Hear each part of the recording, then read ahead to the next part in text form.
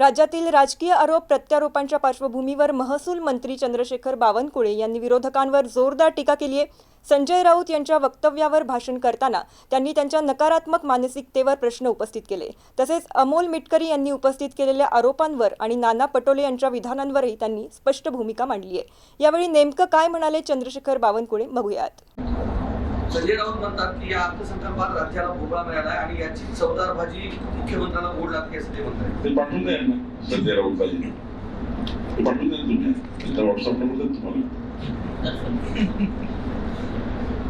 ते झोपून उठलेला निगेटिव्ह काय एकदा मानसिकता निगेटिव्ह झालेल्या व्यक्तीची तो सकाळपासून झोपेपर्यंत निगेटिव्ह होता त्यांना तो आरसा तसा दिसतो।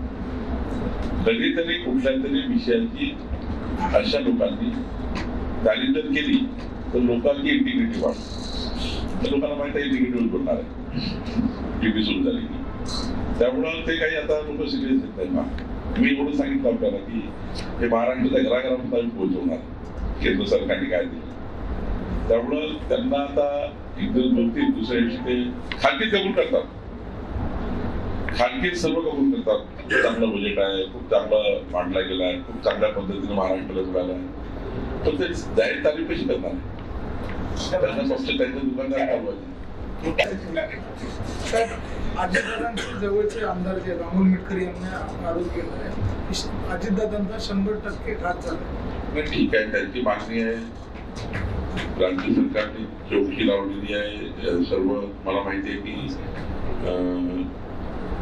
सर्व केंद्रीय विमान वाहतूक मंत्रालय या ठिकाणी चौकशी करत आहे त्यांची मागणी आहे चौकशी केंद्र सरकार करेल राज्य सरकार करेल पण मला जी काही महाराष्ट्राची संस्कृती आहे आपलं जे संस्कार आहे असं कधी महाराष्ट्रामध्ये घडू शकत नाही। आणि अजितदादा हे खऱ्या अर्थाने इतके लोकप्रिय आणि इतके जनप्रिय नेते आहे की आम्ही सर्व अजूनही दुःखात आहे। त्यामुळं अशा पद्धतीचं ठीक आहे त्यांची मागणी राष्ट्रवादी काँग्रेसच्या कार्यकर्त्यांची मागणी याचा विचार करू जर चौकशी होईल चौकशी ब्लॅक बॉक्स सर्व येतात व्यवसायामुळे झालं काय झालं गुन्हामुळे झालं कशामुळे झालं सर्व असतात त्यामुळे चौकशी होईल।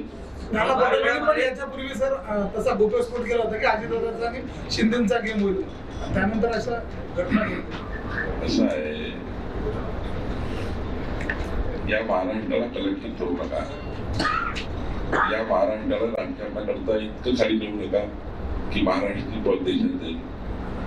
अशा पद्धतीचे विधान करणे म्हणजे महाराष्ट्राच्या संस्कार संस्कृती घाला घालणे आहे। त्यामुळं असा कोणी विचार करू शकत नाही महाराष्ट्रामध्ये लहानशा पोरांनाही पडत नाही आठव्या वर्गाच्या असे विचार करणे असे शब्द काढणे तोंडातून नाना पटोले जरा वैज्ञानिक विचार करतील असं मला वाटतं।